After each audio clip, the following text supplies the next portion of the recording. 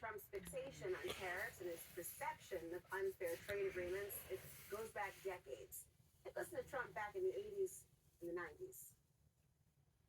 We let Japan come in and dump everything right into our markets. And it's not free trade. So the fact is that you don't have free trade. We think of it as free trade, but you right now don't have free trade. The fact is that the world is ripping off this country. Not an isolationist. What I am, though, is I think that you have to be treated fairly by other countries. If other countries aren't going to treat you fairly, Larry, I think that those countries should suffer the consequences. Nice set, Larry. Now, in the year 2025, during his second presidential term, Trump's vision for fair trade has materialized. But as the moment passed, with the emergence of advanced technology, with AI, are tariffs the right tool? Joining us now is Democratic Governor from Colorado and former businessman Jared Polis. Governor, thank you for being here. You know, President Trump, he has been consistent, to say the least, with his views on trade for literally decades. Now he's imposing them in a big way. Do you think he's wrong to do so?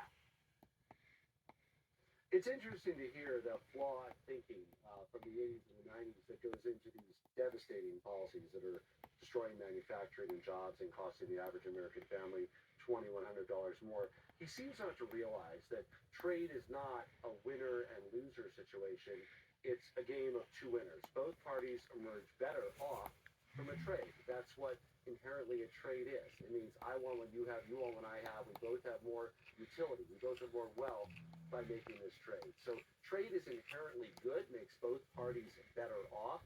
And his vision of winners and losers really sort of informs why he's taking these draconian steps that are not only devastating our economy, but also devastating other countries across the world. I mean, he's arguing, though, that tariffs are going to revive manufacturing. He said that from decades ago. But, of course, decades ago, we weren't in the year 2025. And the idea of AI and automation that has already drastically changed the landscape, would those things actually drastically change manufacturing and risk taking away these jobs? I mean, that he's promising? Is that really what's going to happen?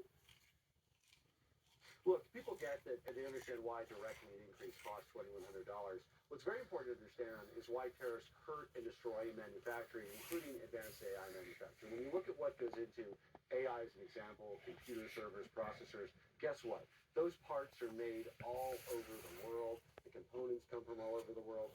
And major AI and data processing facilities simply will be put up in other countries that aren't subject to these tariffs rather than here. So whether it's advanced AI manufacturing, robotics, whether it's conventional line manufacturing, because of the global nature of the need for parts and supplies as well as desire to export to global markets, America is going to lose out for the manufacturing jobs of today and the manufacturing jobs of tomorrow if we continue these tariffs. I want to focus on Colorado in particular, where you, of course, are the governor. I mean, Colorado has a $40 billion agriculture business with $1.6 billion, in exports and more than $7 billion in manufacturing exports, as well as major companies. You got Anheuser-Busch, you got PepsiCo and beyond. What was it the farmers there and businesses? I'm already hearing so much about the impacts firsthand from our largest export, agriculture, our biggest trading partners, Canada and Mexico, but even companies and sectors you don't think about. We have a thriving microbrewery sector here in Colorado, and guess what? I was visiting, a craft brewery the other day, and their aluminum cans and their barley were from Canada, and they were worried about absolutely, devastating their profit margin and having to raise prices. And that's exactly what we're seeing. It's inflationary. It costs families money, damaging to agriculture.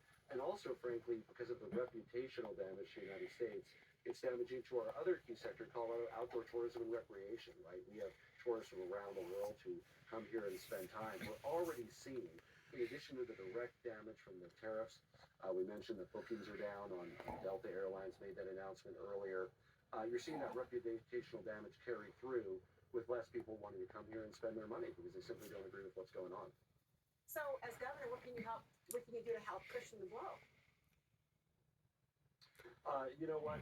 I'm glad to see that there was a bipartisan bill in the Senate dropped today. Senator Grassley and Senator Murray, Democrat and Republican, saying Congress needs to reassert itself here. The president should not have the unilateral discretion to tank the economy as this president is doing with the cost of tax increase that he launched today. At the state level, we're doing everything we can to try to inspire confidence. But ultimately, tariffs and federal taxes are a prerogative of the federal government. I really hope that this president finds an off-ramp to this. It's not going to restore all the damage because the rest of the world is going to worry and they'll still delay investment because they don't know what side of the bed he's going to wake up on. But please, let's limit the damage, stop this tariff war, end this, and let's move forward and grow our economy rather than deliberately set out to sabotage our own economy. Governor Jared Polis, thank you so much.